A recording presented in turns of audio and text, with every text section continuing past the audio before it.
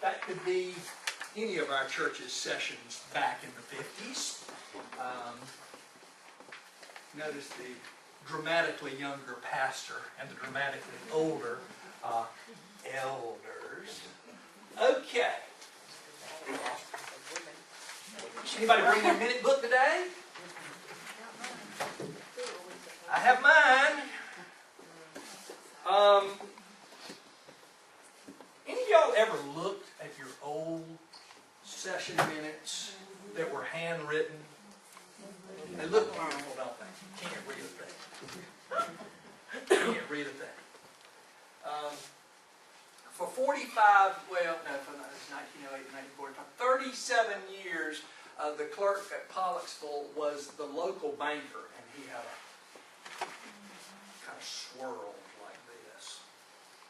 For the next 18 years, it was my grandfather who was an attorney, and he wrote kind of like a doctor. Finally, they got into the age of typewriters. So everything needs to be legible, and that's a nice way of saying type the stuff. Now, you know you're getting old when you have an employee to walk into your office and they see an IBM Selectric typewriter and they look at it and say, "What in the world is that?" She's 25. She knows nothing but word processing and computers. By the way, for some of us, we learned to type, remember? With no letters on the keys. Children don't type. They word process on the keyboard. Figure. So, make sure it's legible. Make sure that you can read it. Don't add stuff to it. And truly, folks, that is the beauty of the computer age now. We can type our stuff in a Word document. We can save that in a file. We can get it corrected, and then we can print it into our session books. Printer technologies are such that you can just print it directly from that, depending on what kind of classy printer you may have.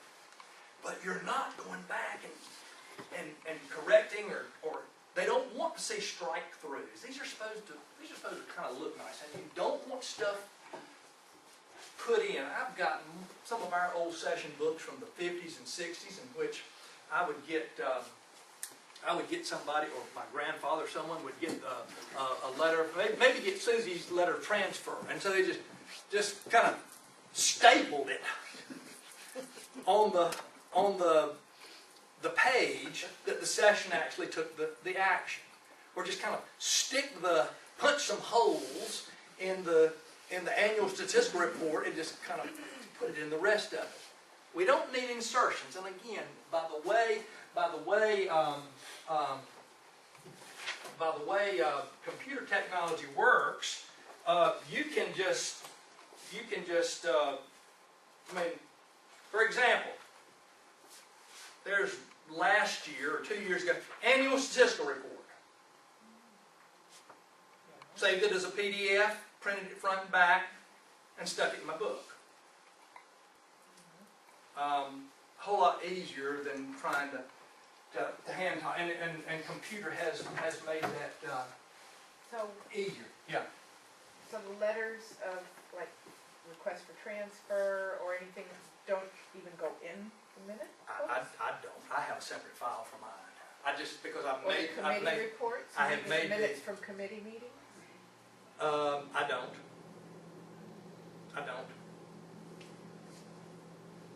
But that's me. I would think that minutes from committee meetings would make for some very hefty session books. Because the committee minutes should lead to a motion that the session acted on, and that's in the minutes. That's what's in the minutes.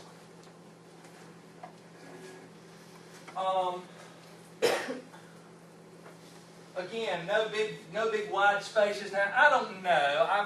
I know that no one's going to sneak into your house in the gloom of night and illegally insert something on a blank page in your session minutes.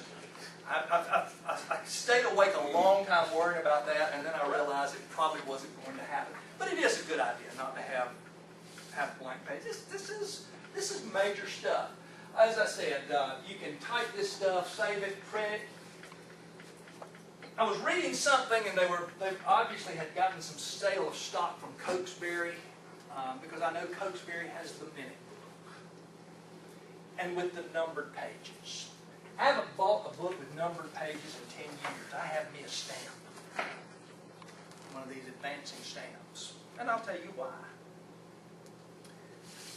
If something gets out of order, or you duplicate it wrong, or you're not sure where it needs to go, that can be a real mess.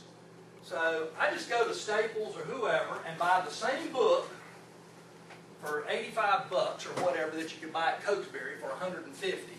And all of my pages are blank numbered, but I had me a stamp. I've been using the same stamp now for 15 years. And it advances.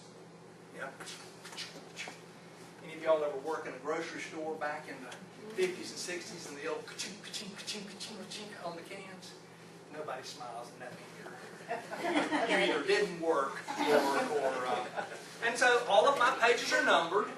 This becomes very important because if you are asked for an extract of your minutes, which you can be, I have used our minutes to provide someone proof of baptism, which helped me get a passport.